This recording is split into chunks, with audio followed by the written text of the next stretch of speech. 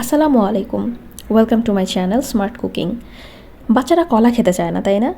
অথচ একটা কলার মধ্যে আছে প্রায় 100 ক্যালোরি, ফ্যাট আছে, কোলেস্টেরল নাই, সোডিয়াম, পটাশিয়াম, প্রোটিন, এছাড়াও আছে ভিটামিনের মধ্যে vitamin A, vitamin C, iron, vitamin B6, magnesium. এত কিছু আছে শুধুমাত্র এই এক কলার মধ্যে। তাহলে আমাদের বাচ্চাদের প্রতিদিন একটি করে হলেও অন্তত কলা দেওয়া উচিত।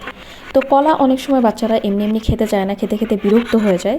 তো আপনারা ভ্যারাইটি নিয়ে আসবেন কলা খাওয়ানোর মধ্যে করে, যাতে করে তারা আগ্রহ সহকারে খায় এবং আপনাদেরও খাওয়াতে সুবিধা হয়। তো আজকে আমি একটা পদ্ধতি আপনাদের সাথে শেয়ার করছি। আমি আমার বাচ্চাকে মাঝে মাঝে এভাবে কলা দিই।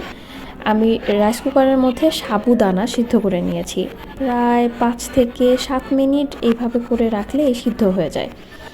এরপরে একটা কলা, আমি তো আগে দেখালাম, কলাটা ম্যাশ করে নিয়েছি একটা কাঁটা চামচ দিয়ে। তারপরে 1 চামচ দিয়ে দিয়েছি দুধ।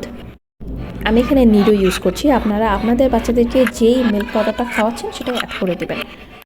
তো এটাকে খুব ভালোভাবে মিক্স করে নেবেন। মিক্স করে নেওয়ার পরেই খাবারটা রেডি। যারা বাদামের গুঁড়ার সাথে অ্যাড করতে চান অ্যাড করতে পারেন, তাহলে এটা আরও বেশি পুষ্টিকর হয়ে যাবে। এমনকি এর সাথে খেজুরও মিক্স করা যাবে। তো যাই হোক, আমার খাবার রেডি। আমার বাচ্চাও এটা খুব মজা করে খায়। তবে এক খাবার প্রতিদিন কারোই খেতে ভালো লাগে না, তাই খাবারে ভ্যারাইটি নিয়ে আসবেন।